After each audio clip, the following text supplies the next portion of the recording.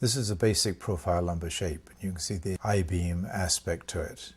This is a 2x6 and this is the 2x4 version of the same thing. And it's easier to explain the possibilities that you get from this shape by looking at the C shape at the same time. We got the C shape is cut from the outside diameter of the tree, so we're suddenly beginning to be able to use a rounded section of wood coming from a round tree rather than trying to insist that all the wood comes out in rectangular format. The exciting thing about the C wood is that very often you can get two pieces of C wood out of a small diameter tree.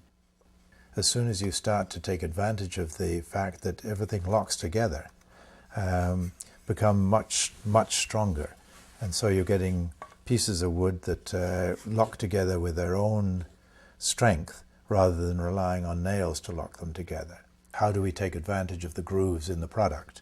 Let's look at the 2x6 version and see all of the studs who've got a section cut out of the bottom, and it locks in over the top, and you're giving a terrific amount of strength from the product moving in that way, something you don't get out of the conventional stud. The big thing it has going for it is where it interlocks, where you have a 4x4 in a corner that's perfectly shaped to take the next piece in. It's just a matter of sliding a panel in between those two and you've got yourself a wall. It can only fit one way, and that's the nice part about it. It fits without nails, almost, so it's screw nail, whatever is handy. If I were to compare this to ordinary dimension, there's a couple things come to mind. A, you can use a lot less wood to, in fact, get the same strength. In terms of volume that it could be produced, we can certainly put out a lot of volume per day. Even though we're not a large operation here, there's no reason you couldn't run 15, 20,000 lineal feet of this in a day. Given the size of the product, the amount that we take off, it's not a problem at all to run it at a fast speed and be able to produce large volumes. Profiling is profiling. Once it's there, it'll run like anything else. It'll be no more costly to run. And the one advantage of is you would have the excess chips out of it.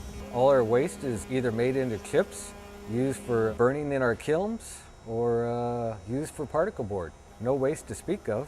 It's a very good product for stacking. It interlocks well. Very little space is wasted on it in terms of building a load out of it or putting it into a container. A flat 2x4, you could probably pile in the equivalent space probably 3 of these. And so that just for shipping and everything else, it would cut your cost by 1/3. So it has its advantages.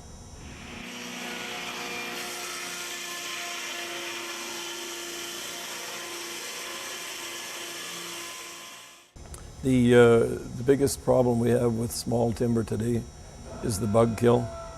Within 10 years, we're just not going to have any more pine.